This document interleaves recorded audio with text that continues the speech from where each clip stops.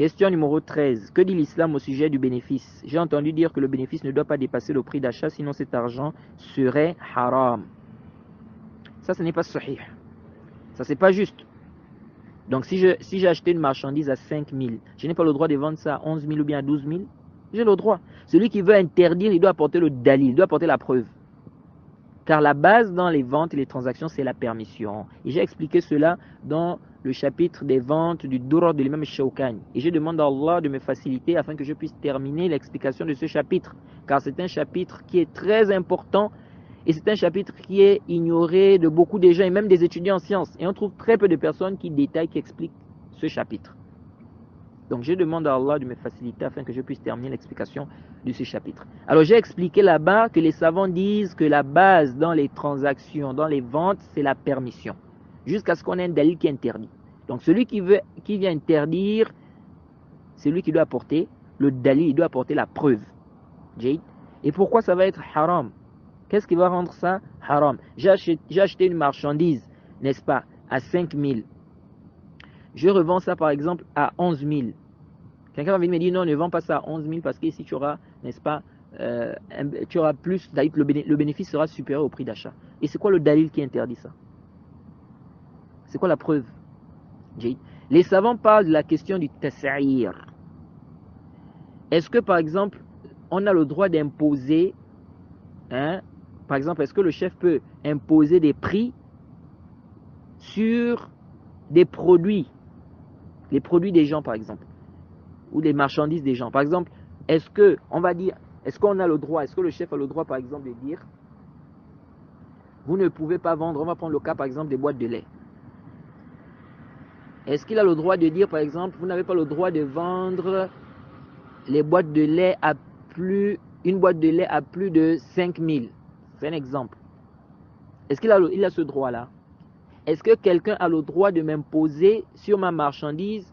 Est-ce qu'il a le droit de me dire que je dois... C'est-à-dire, est-ce qu'il a le droit de m'imposer un prix sur ma marchandise, sur ce que j'ai acheté? Donc, est-ce que le chef a le droit d'imposer des prix sur les marchandises des gens?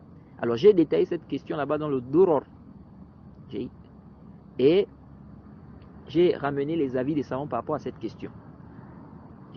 On n'a pas un texte qui, n'est-ce pas, montre qu'on doit imposer aux gens, n'est-ce pas, des prix sur leurs marchandises. Maintenant, faites attention ici.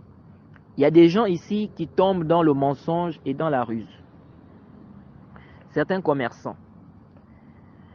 Vous allez voir dans certains pays ou dans les pays, de manière générale, vous allez voir que dans les pays,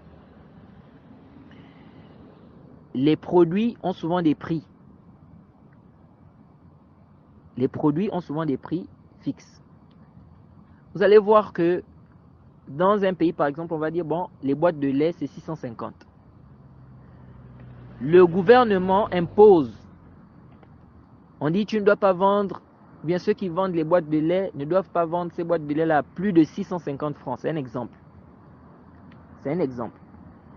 Ils disent, on ne doit pas vendre les boîtes de lait à plus de 650 francs.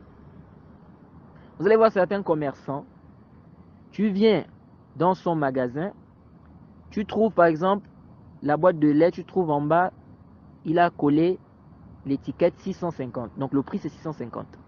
Mais lui ne vend pas cette boîte de lait à 650. Il vend ça à 700 ou bien 750. Mais il a écrit 650 en bas. Quand toi tu viens pour acheter, tu donnes 650, il te dit c'est pas 650. Tu dis mais comment ça c'est pas 650? Je vois c'est écrit ici 650. Il te dit non, faut pas regarder ça. Pourquoi? En fait ça c'est pour tromper. Parce qu'il y a des gens qui viennent contrôler si réellement ils respectent les prix qui ont été fixés. Donc lui, il met 650 pour tromper ces gens-là qui vont venir contrôler là. Donc quand ils vont venir regarder, lui il va dire moi je vends ça à 650. Alors qu'en réalité, il ne vend pas à 650, il vend à 700 ou bien à 750. Là, il fait quoi? Il ment. Là, il est en train de mentir. Et le mensonge, c'est haram. Donc il faut faire attention aussi à cela. Donc il n'y a pas de mal. Si quelqu'un a acheté une marchandise, n'est-ce pas, à un prix, il peut vendre ça à un prix, n'est-ce pas? Et c'est-à-dire, il vend ça au prix qu'il veut.